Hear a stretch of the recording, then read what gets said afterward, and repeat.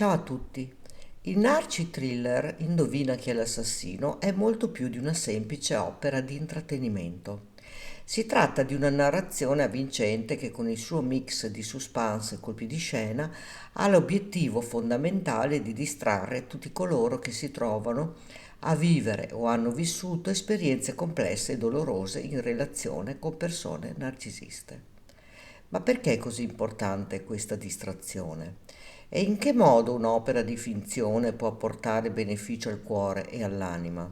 Per iniziare dobbiamo considerare ciò che significa realmente affrontare una relazione o un'interazione con una persona narcisista. Queste relazioni sono spesso caratterizzate da manipolazione emotiva, gaslighting e un costante senso di insicurezza. Chi vive tale esperienza si trova in un contesto di continua ansia e confusione, dove la propria realtà viene messa in discussione dall'abuso verbale e dal disprezzo per i sentimenti altrui. Uscire da una situazione del genere può essere estremamente difficile e richiede una lunga elaborazione del dolore e del trauma subito. In tale contesto, come indovina chi è l'assassino, può rivelarsi liberatoria. La narrativa offre un modo per evadere dalla propria realtà, immergendosi in un mondo fantastico dove le questioni di vita e di morte si intrecciano in una trama avvincente.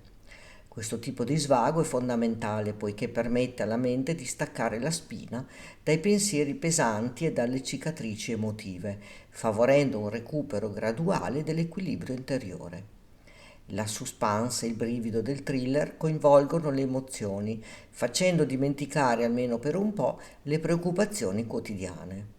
Inoltre, la struttura narrativa di un thriller offre un meccanismo di risoluzione che può risultare liberatorio. I partecipanti seguono il protagonista nella sua ricerca della verità, affrontando colpi di scena e inganni, proprio come hanno dovuto fare in alcune delle loro esperienze personali. Quando il mistero viene finalmente risolto, al culmine della storia si verifica un senso di soddisfazione e di giustizia che può essere paragonato al processo di guarigione personale. L'evoluzione, attraverso le varie rivelazioni e scoperte, consente ai partecipanti di riflettere sulle proprie esperienze, dando loro la forza di affrontare le loro verità dolorose con una nuova prospettiva. È essenziale notare che svagarsi e concedersi momenti di evasione non è un segno di debolezza, ma piuttosto un atto di cura verso se stessi. In un mondo in cui ci si sente spesso sopraffatti dalle emozioni e dai ricordi di relazioni tossiche, trovare conforto in una storia coinvolgente può rappresentare una strategia di coping decisiva. In breve, il Narci LOL thriller Indovina chi è l'assassino è una riflessione profonda sull'importanza della distrazione e dello svago nella vita di chi ha dovuto per l'appunto affrontare relazioni narcisiste. Attraverso la fantasia e la suspense, questo Narci thriller offre una preziosa via d'uscita per il cuore e per l'anima, ricordando a ciascuno di noi che la narrativa ha il potere di guarire, di educare e soprattutto di distrarre. E mentre ci immergiamo in questo thriller, possiamo trovare il coraggio necessario per affrontare le nostre verità ed eventualmente vivere una vita piena e gratificante, liberi dai fantasmi del passato. Detto ciò, ci tengo a precisare che ci sarà un premio in palio per chi riuscirà per primo a indovinare chi è l'assassino e possibilmente anche il movente. Ma attenzione, per partecipare al gioco, il nome dell'assassino e il movente dovranno essere preceduti dall'hashtag NarciLOLThriller e scritti nei commenti sotto al video. Il nome del vincitore del premio verrà annunciato una settimana dopo la pubblicazione del video. Siete pronti? Bene, iniziamo. In una piccola cittadina avvolta dall'oscurità, una serie di omicidi sconvolge la comunità. La vittima iniziale è una giovane artista di nome Sofia che viene trovata morta nel suo studio, circondata dalle sue opere, come se volessero proteggerla dal male.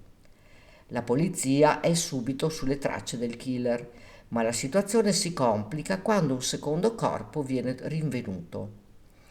Il critico d'arte Marco, un tempo amico della vittima, che era noto per le sue recensioni spietate.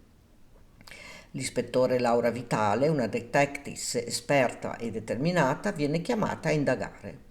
Durante le sue ricerche scopre che Sofia e Marco avevano un legame ben più profondo di una semplice amicizia.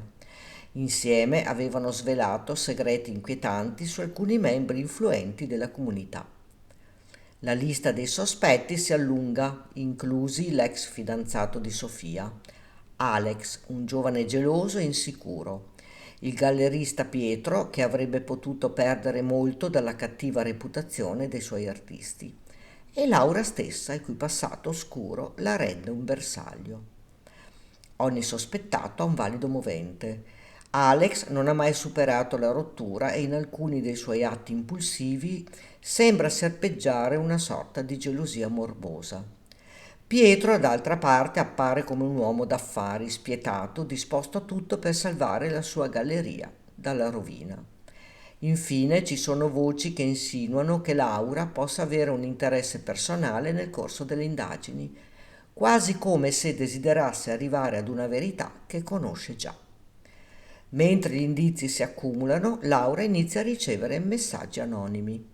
Sono critiche sottili ma sconcertanti, mirate a minare la sua autorità come investigatrice. I messaggi sembrano provenire da qualcuno che conosce fin troppo bene il suo passato, da qualcuno che sa come manipolarla. La tensione cresce quando Laura scopre un diario segreto appartenente a Sofia, in cui vengono descritti momenti di vulnerabilità e interazioni con persone che avrebbero potuto desiderare la sua morte. Il culmine dell'indagine avviene durante una mostra d'arte in memoria di Sofia, quando l'assassino colpisce di nuovo, portando l'angoscia nel cuore della comunità.